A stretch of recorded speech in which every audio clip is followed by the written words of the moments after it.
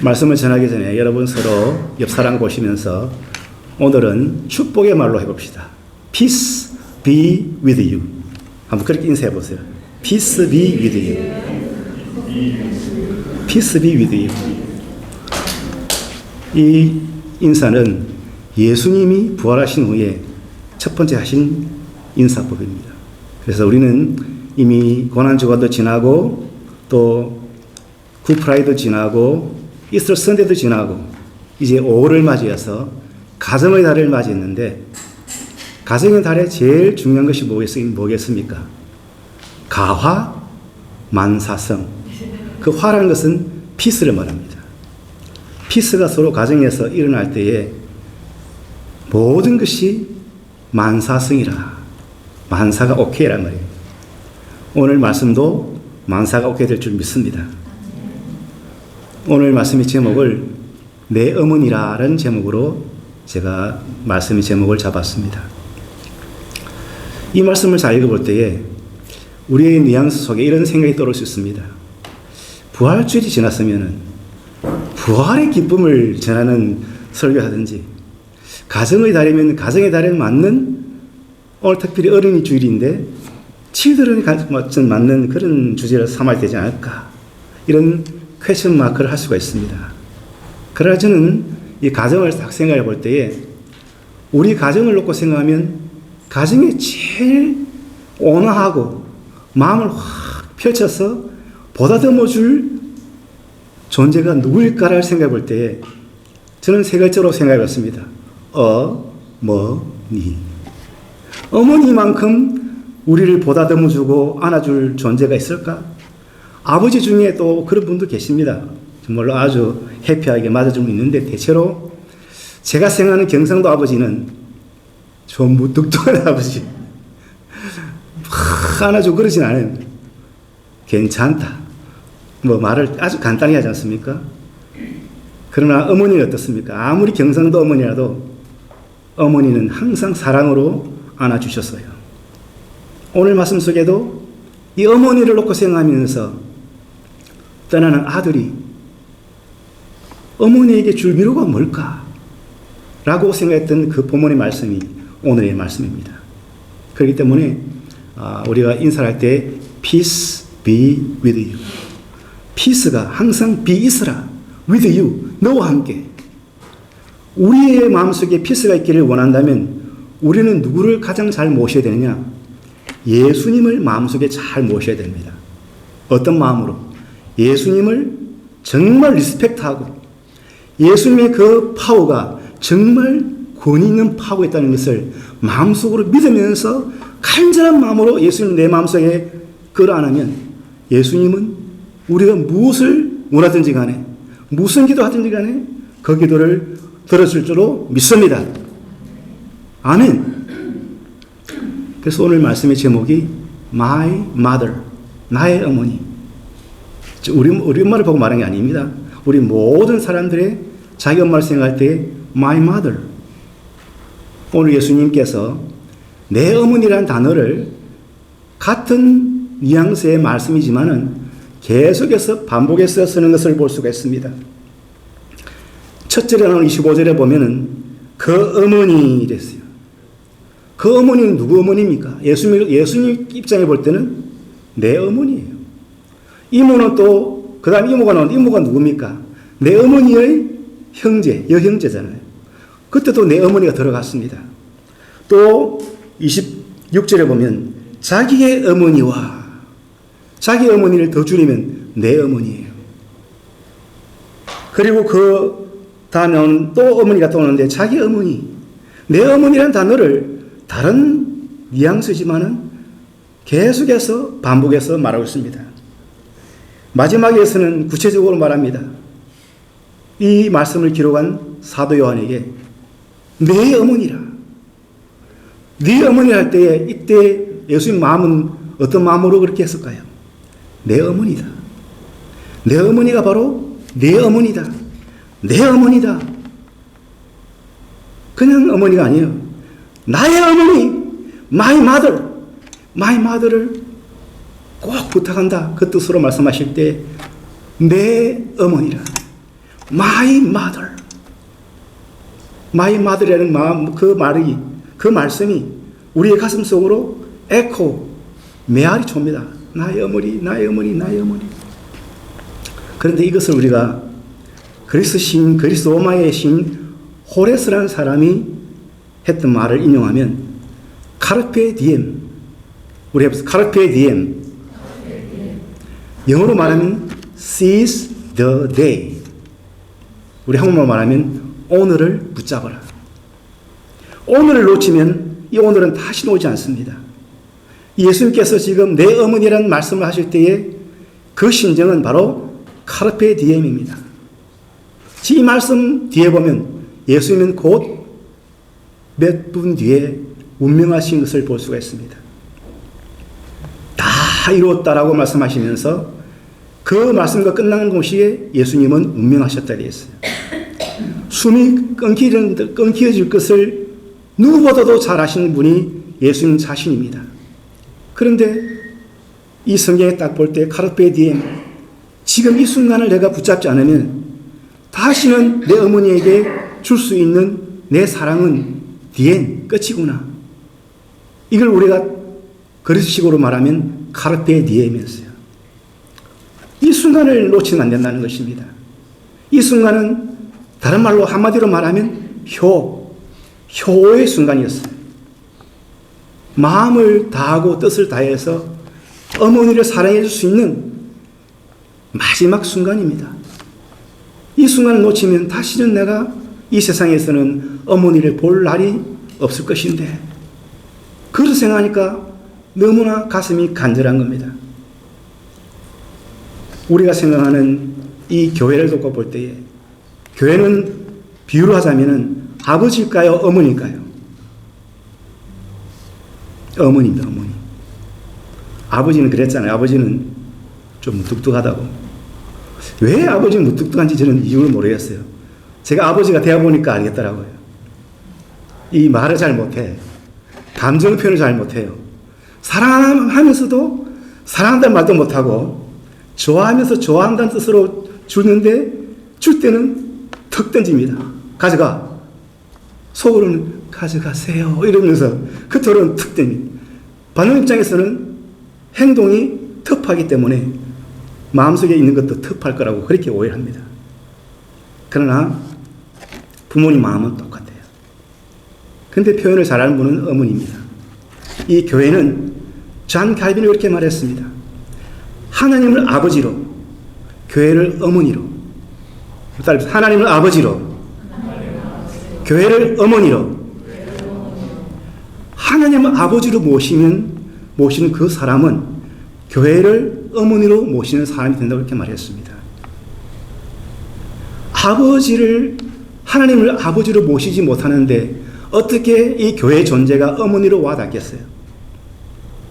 아버지도 하늘 같은 존재고 어머니도 하늘 같은 존재입니다. 그래서 우리가 부모님이 돌아가시면 한자로 이렇게 말했습니다. 천붕이라. 하늘 천자에 무너질 붕. 하늘이 무너졌다는 것입니다. 아버지가 돌아가셔서 부고장을 이렇게 갖다 드리러 가니까 어떤 할아버지가 이렇게 말씀하시더라고요.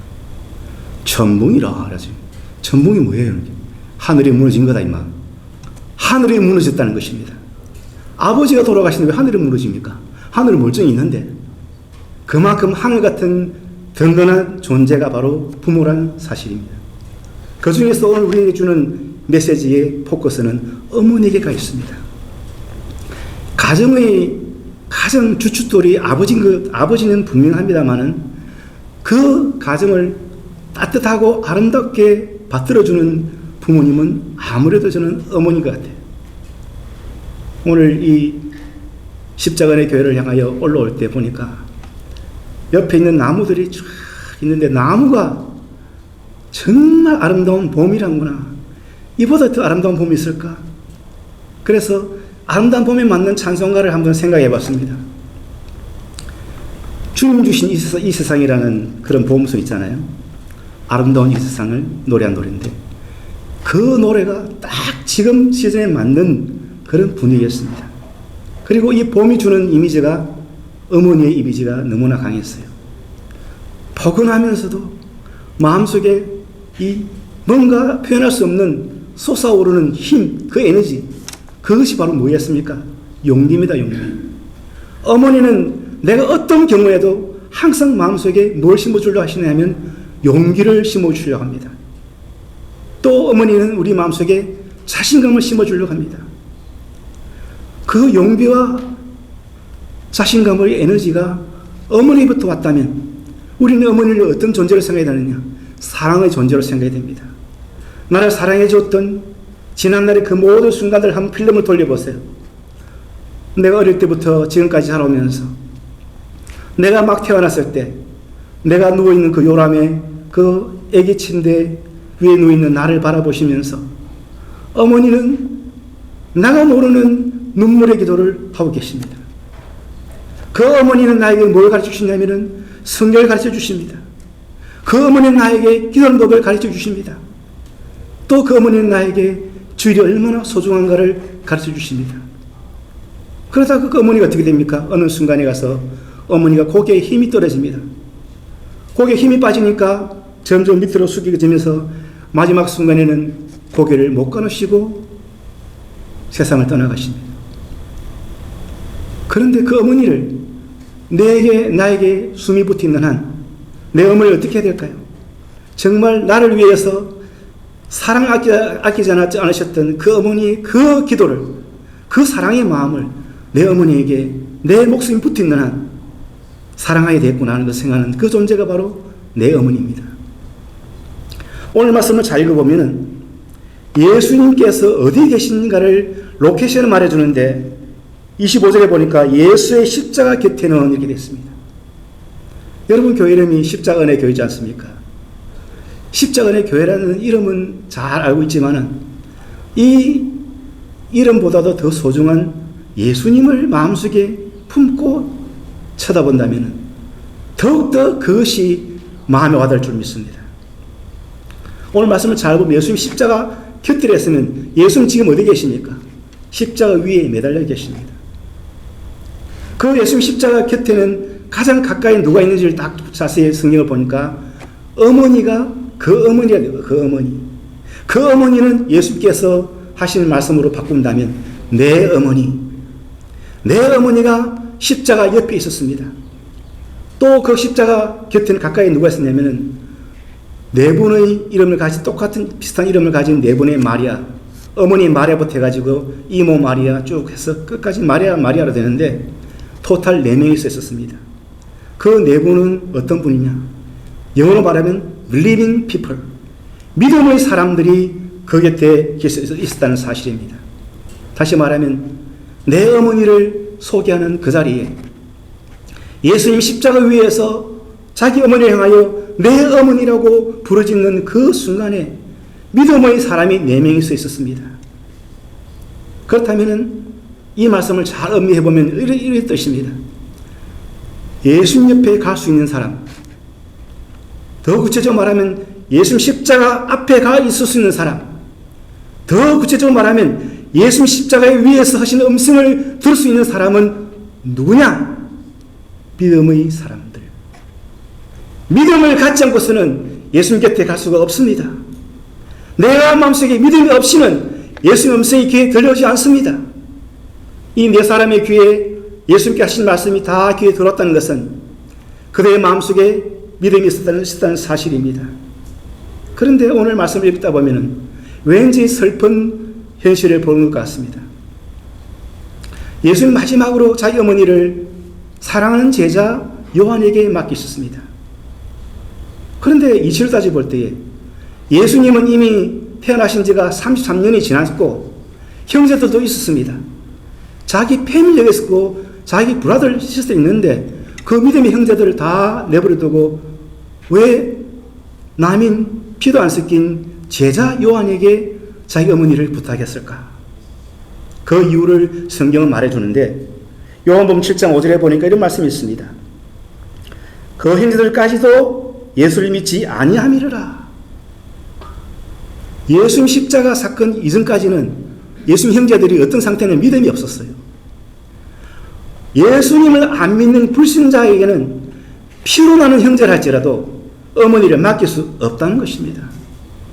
내 어머니를 정말 내 어머니로 모실 수 있는 사람은 믿음이 있어야만이 내 어머니를 모시게 되어 있습니다.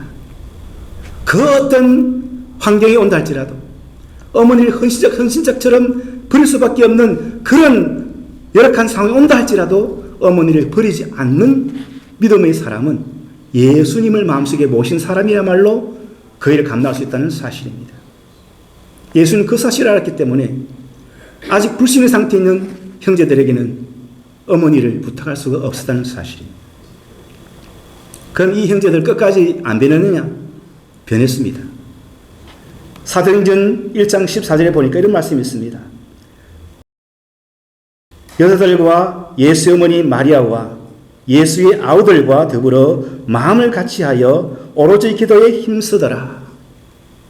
이 말씀을 잘 보니까 예수님이 십자가 사건과 부활 사건 이후에 이 형제들에게 뭐가 찾아왔느냐? 믿음의 터닝 포인트가 찾아왔다는 것입니다. 오늘이 바로 여러분의 터닝 포인트일 줄 믿습니다. 여러분이 이미 예수님의 십자가와 부활의 그 주의를 다 지낸 분들이십니다. 그러니까 마음속에 예수님 하면 십자가 위에 예수님, 3일 뒤에 부활하신 생명과 부활의 산소망으로 우리에게 다가오신 부활의 예수님을 여러분 알고 계십니다. 그러나 이것이 알무로 끝난다면, 지시로 끝난다면 예수님 보실 때에 아직도 뭐한 상태? 예수님을 믿지 않는 상태와 똑같습니다. 잔 켈빈이 왜 그런 말을 했을까요? 하나님을 아버지로 모시는 사람은 교회를 어머니로 모시는 사람이 된다고 말한 이유가 뭘까요?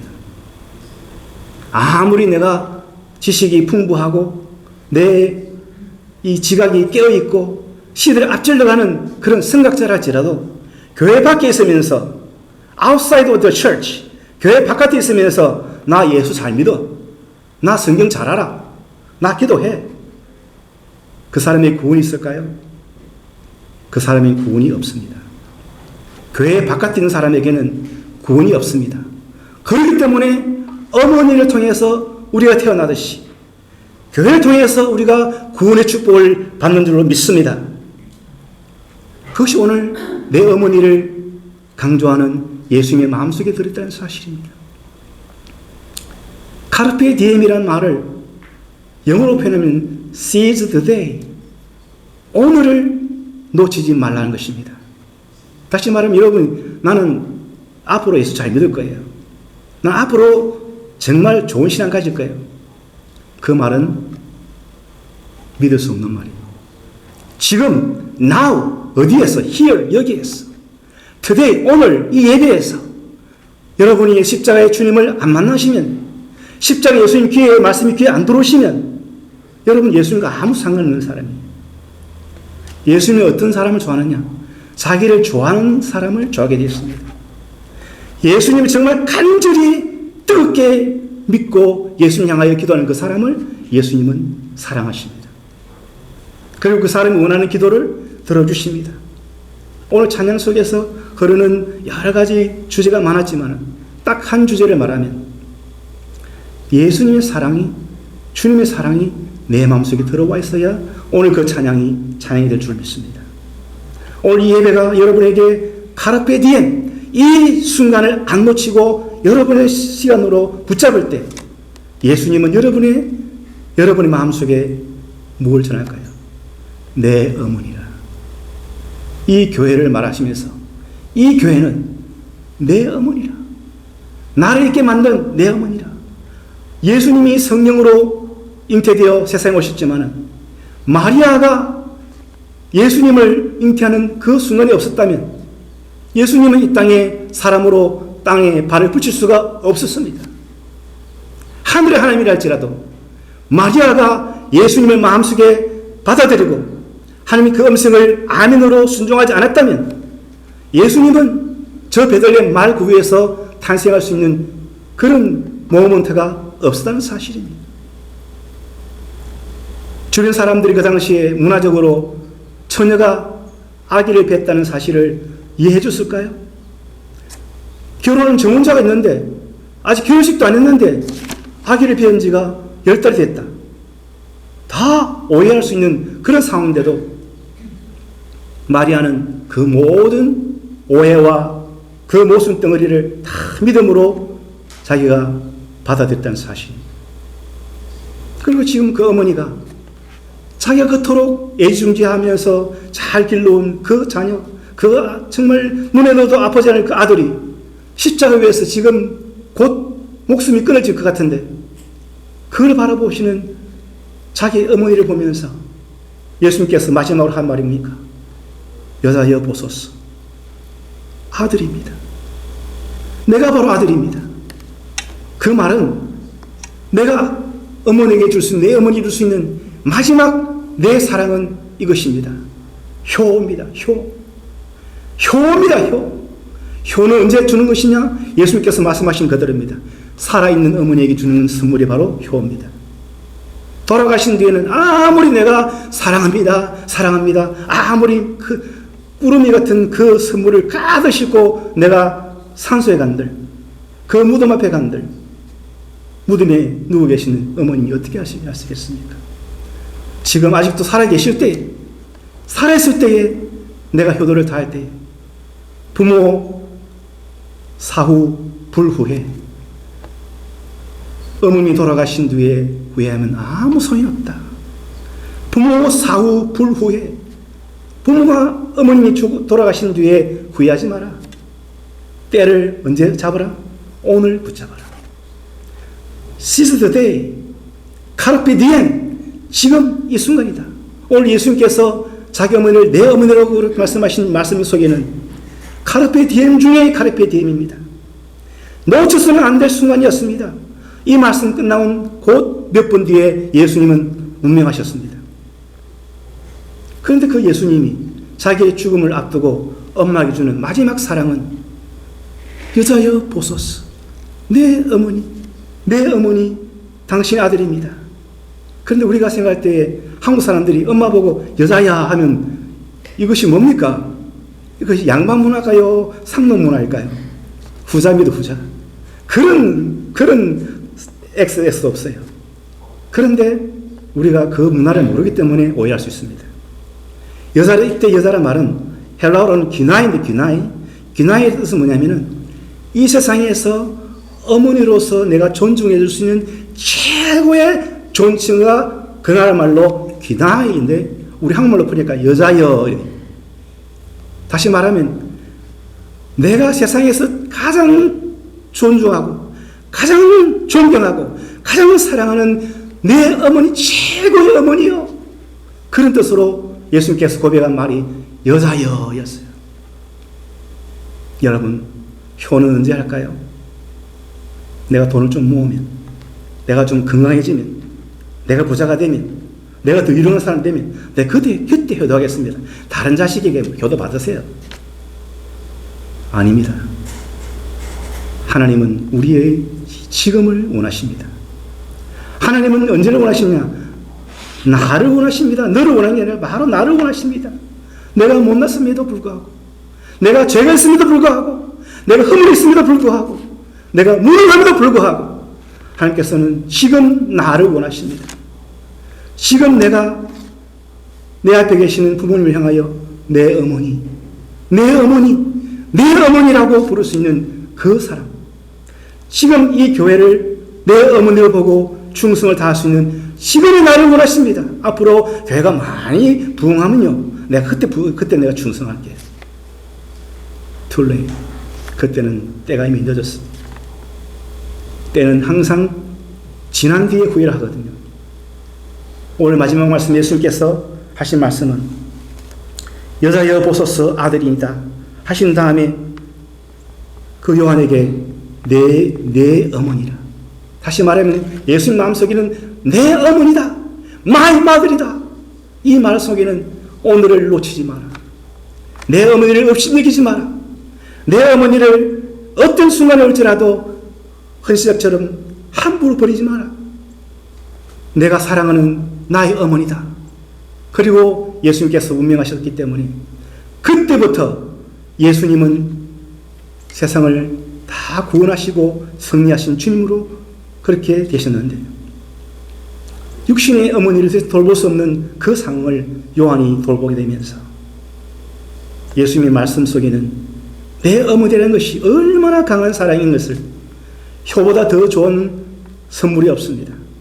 선물 꾸러미가 중요한 것이 아니라 지금 내가 오늘 전화를 걸어서 어머니 건강 어떠세요? 아버지 건강 어떠세요?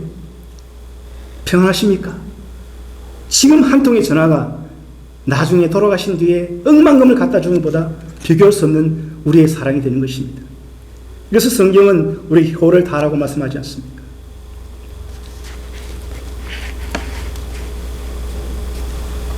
오늘 말씀을 우리 함께 기도로 맺도록 하겠습니다.